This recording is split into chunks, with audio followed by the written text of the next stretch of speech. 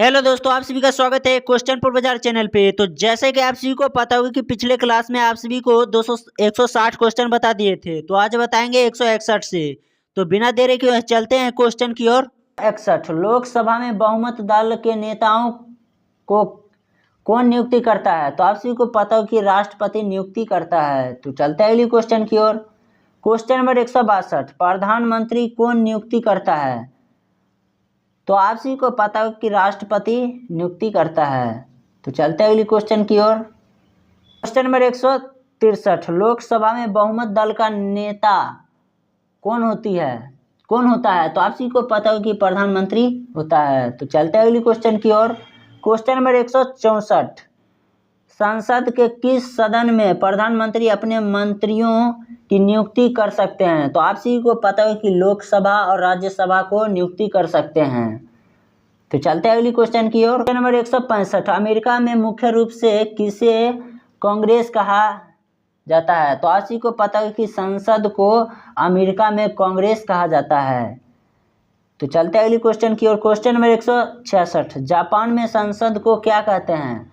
तो आप सभी को पता हो या ना हो, लेकिन कहते हैं। क्वेश्चन की ओर। Question number 167,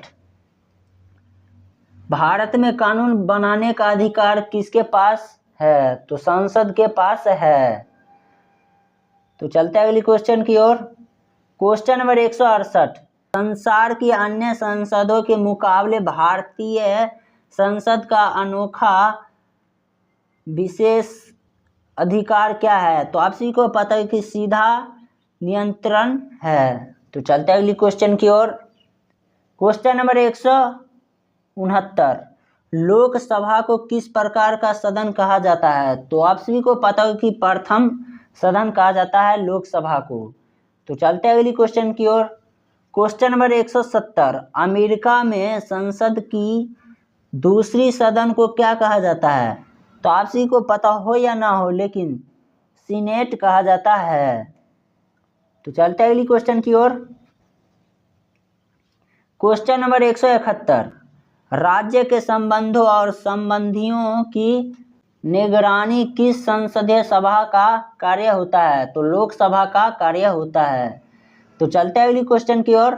question number 172, Lok Sabha और राज्यसभा के बीच क्या मुख्य अंतर है? तो आप सभी को पता है कि लोकसभा के सदस्य सीधे जनता द्वारा चुने जाते हैं।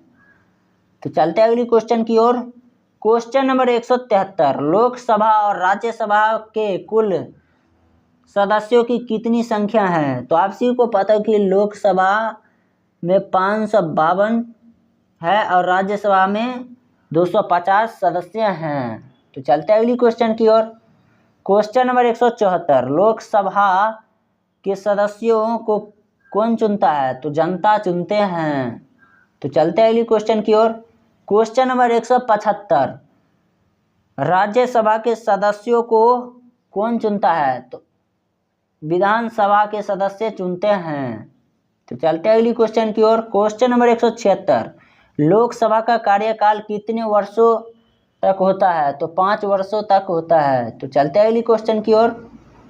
क्वेश्चन नंबर 177, क्वेश्चन नंबर 177 यानी 77, लोकसभा को कब भंग किया जा सकता है?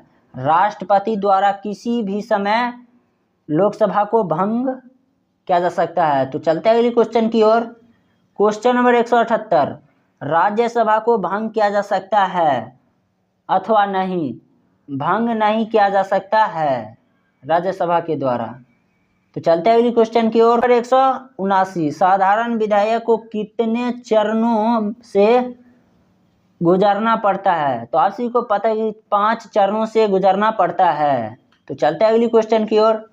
क्वेश्चन नंबर 180, साधारण विधायक को संसद में कौन प्रस्तुत कर सकता है? तो आप सभी को पता है किसी एक संसद प्रस्तुत कर सकते हैं। तो चलते हैं।